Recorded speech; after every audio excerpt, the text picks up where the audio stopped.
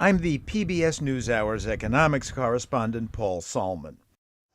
In my 28 years on the program, I've bent over backwards for the audience. Literally, all the way over. Reporting everywhere from Cirque du Soleil in Montreal. Oh, my Lord. To Sesame Street. To marshmallows. Would it be hard to wait? It would be very hard to wait, yes. And for the past 7 years, I've worked a second job teaching at Yale University, where I have an office. Recently, we set out to do a NewsHour series on older workers. This is like a syringe, that for a cow or something. Right, I mean, yeah. that's huge. Yeah, this isn't huge. And after interviewing many of them, I realized there was one I couldn't in good conscience avoid: myself.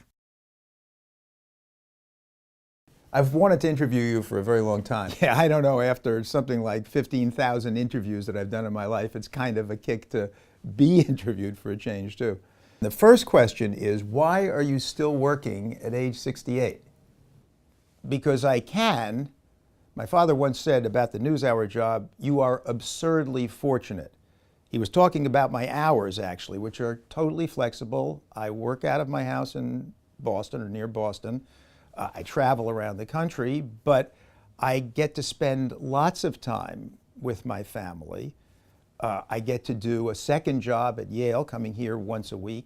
Why 2 jobs? I get an enormous amount out of it. I mean, how else would I be able to connect with intellectually vital young people? I still correspond with students of mine from 5, 6 years ago. So it's a privilege, just as speaking to the PBS audience really is and has been a privilege for the whole, 36 years, including Boston, and for the NewsHour, 28 now. When word gets out that someone's trying to buy up the company, the current stockholders will hold out for an even higher price. Just listen to this. And it's 4 o'clock. Did you think you would be working this long? Well, I always planned financially to be done at about age 65 because that was the tradition, and I figured that was the conservative approach. So I figured I'd probably have the energy, but I wasn't sure I'd have the job or jobs. A friend of mine made a lot of money doing something illicit many years ago, and I asked him why he continued, because he'd made $1 million by then, and he said, it's a very hard fantasy to replace. And I think that's my excuse. You need the money? No. We assiduously saved, my wife and I, from the 1970s. We both worked. And so we provided for ourselves in the event that neither of us was working after age 65. I'm still working, so no, I don't need to be financially. Aren't you clogging the pipeline for younger TV talent? Yeah, maybe. I try not to ask myself that question, or have myself ask myself that question, because I don't want to think that I am. And how would I know? Is your identity simply too caught up in being visible? Maybe. That's a distinct possibility. I always kind of wanted to be, I don't know, the center of attention. I'm PBS NewsHour economics correspondent Paul Solman, and you can call this the Colbert Report Retour. You've got all these great grandkids that you keep telling people about and showing them pictures and videos. Why wouldn't you spend more time with them? Because I'm just their grandfather, so it would be kind of intrusive if I was spending all my time, which would mean most of their time, with them. Okay, 2-5. I found it on heads.